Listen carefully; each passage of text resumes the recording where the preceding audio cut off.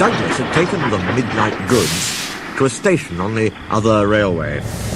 He was shunting, ready for his return journey, when he heard a faint... That sounds like an engine, he thought. The came again. This time it sounded almost despairing. Who's there? He asked. A whisper came. Are you a Fat Controller's engine? Aye, I'm proud of it. Thank goodness. I'm Oliver. We're escaping to your railway, but we've run out of coal and have no more steam. Is it from scrap you're escaping? Yes. Then it's glad I'll be to help you, but we maun work fast. Both crews joined in. They took off Oliver's side rods, wrote out transit labels, and chalked scrap everywhere they could. Douglas marshalled Oliver in front of his train. No time to turn round, he panted. I maun run tender first. Hello everyone, Nico here, and today we'll be talking about my custom of Oliver the Great Western Engine. I gotta say, this custom was a tedious one to put together, as I wanted him to be accurate while having working side rods, but we'll get to all of that later. So without further ado, let's begin. Oliver is a Great Western Railway 14XX class tank engine that arrived on Sodor in 1967 and works on the Little Western with Duck and the Scottish Twins. He was built in August of 1934, and before coming to Sodor, Oliver was making his daring escape from scrap with an auto coach named Isabel and a Great Western brake van named Toad. However, nearing the end of their journey, they ran out of coal, leaving Oliver stranded. When all hope seemed to be lost for them, Douglas, pulling the midnight goods, stopped by near them. With Oliver's only chance, he made his move. Who's there? I'm Oliver. We're escaping to your railway, but we've run out of coal and have no more steam. Then it's glad I'll be to help you, but we maun work fast. With Douglas's assistance, they all worked fast and soon began their voyage home. However, they unfortunately wouldn't go unspotted by a passing diesel, A steam is escaping! Yoo-hoo! and being stopped by a yard foreman. Ah, he exclaimed. A Western engine, a Western auto coach, and goods brake too. You can't take these. But they were able to make it through. On their journey, Oliver would recount to Douglas about their daring escape and one particular event they had gone through.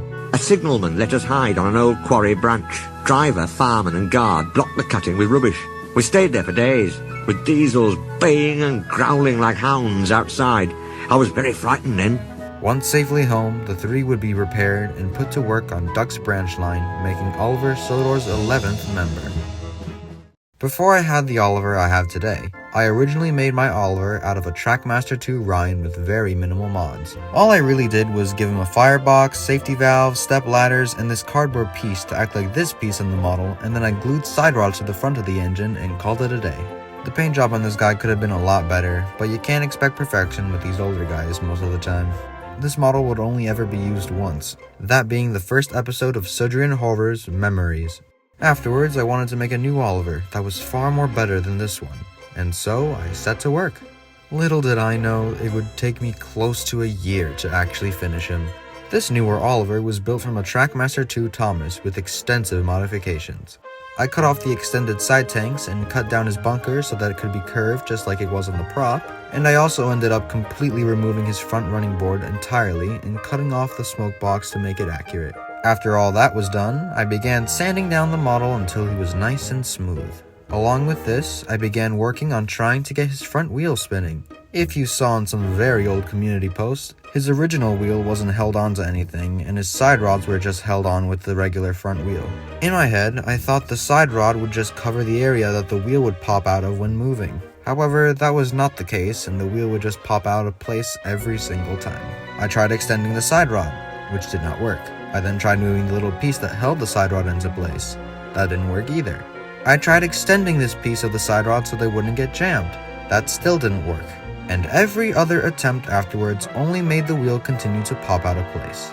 By this point, Oliver was just a heavily cut down Thomas with no mods. I just wanted to get his wheels working before I started work on shaping this model. But no matter what I tried, nothing seemed to work. Just like I said in the last episode, I wasn't really feeling like working on any customs around that time, and Oliver was one of the main reasons to that. I was so tired of his chassis giving me endless problems that I just wasn't feeling up to it. After about 6 months, I went back to working on customs again. But one thing I wanted to do before I tackled Oliver's body was his chassis. Since I knew no matter what I tried to do with the original front wheel wouldn't work, I decided to completely remove the front wheel entirely and take the rear wheel, which was able to fit a side rod cleanly on, and put it to the front of him. Using a hacksaw, some pliers, and sandpaper, I was able to remove the front wheel and began work fitting the wheel into place. This was not an easy process, as it did get jammed a few times, and afterwards I ended up having to use a completely new chassis for him since I ended up messing up his original one by sanding too much, but it ended up working pretty well. It does jam a little bit here and there, but it's not a huge problem and he's able to run really smoothly now. And so with the chassis problem finally out of the way, I began work on the rest of Oliver. For the front of Oliver, using cardboard, I extended his front and gave him a brand new buffer beam made of cardboard. The running board was painted white and the lamp irons were made with little splotches of hot glue that were painted black. I then used some hot glue to create a coupling and borrowed some spare buffers from I believe a truck and glued them onto Oliver's front. Then they were all painted in their respective colors. Something I also did was replace Oliver's funnel with a different one. I don't know whose funnel I replaced it with, but I feel it looks so much better on Oliver. He was also the very first model to gain actual handrails, and he definitely won't be the last. They were shade glued and painted, and it just looks really nice on him. For Oliver's face, I once again based it off of his Season 3 style while also mixing in his Season 6 look, and I think it turned out great. For the rest of the model, there were little details I made sure to add that were on the prop, like the step ladders, handrails, and a much better firebox as well. I also used a dome from an older Thomas model that had a much thicker one, and a piece from Henry. The safety valve was made from a buffer that was modified a little bit, and a little bit of glue was used to make the whistle. I also made sure to fix the splasher to make it much more accurate. The lettering and the numbering is so much more cleaner here too, as I use a toothpick to write out the GWR on the sides and a paintbrush to paint the numbers on. Since I've already talked about the wheels before, I won't speak on it too much. However, one thing I forgot to mention was that I replaced the middle wheel. I thought it was just too small and it looked weird on Oliver, and honestly I think it was a good change. Lastly, for the back of Oliver, there's not really much to say. I did add handrails and a lamp iron on the back as well though, but that's kinda it. Alright, now let's see him in action.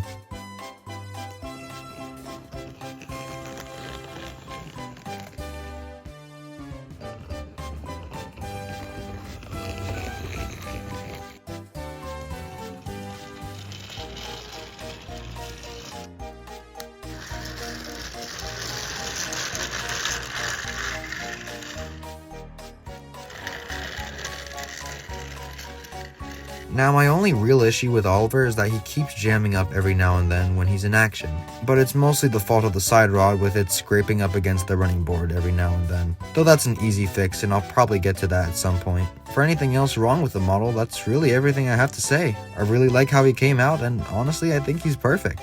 Maybe in future I might make a scrap variant of him or even a Great Western livery one. Only time will tell. Well, it looks like we finally covered the main 11. But there's still a lot more engines to see and more customs to talk about as I continue making even more. I was thinking about letting you guys choose sometimes what engines you'd like to see in future episodes of NIKO'S Customs through polls on the community tab. However, I'd say I only do that sometimes when I'm not sure which character would be nice to talk about next. Thank you so much for watching and I'll see you guys next time. Goodbye!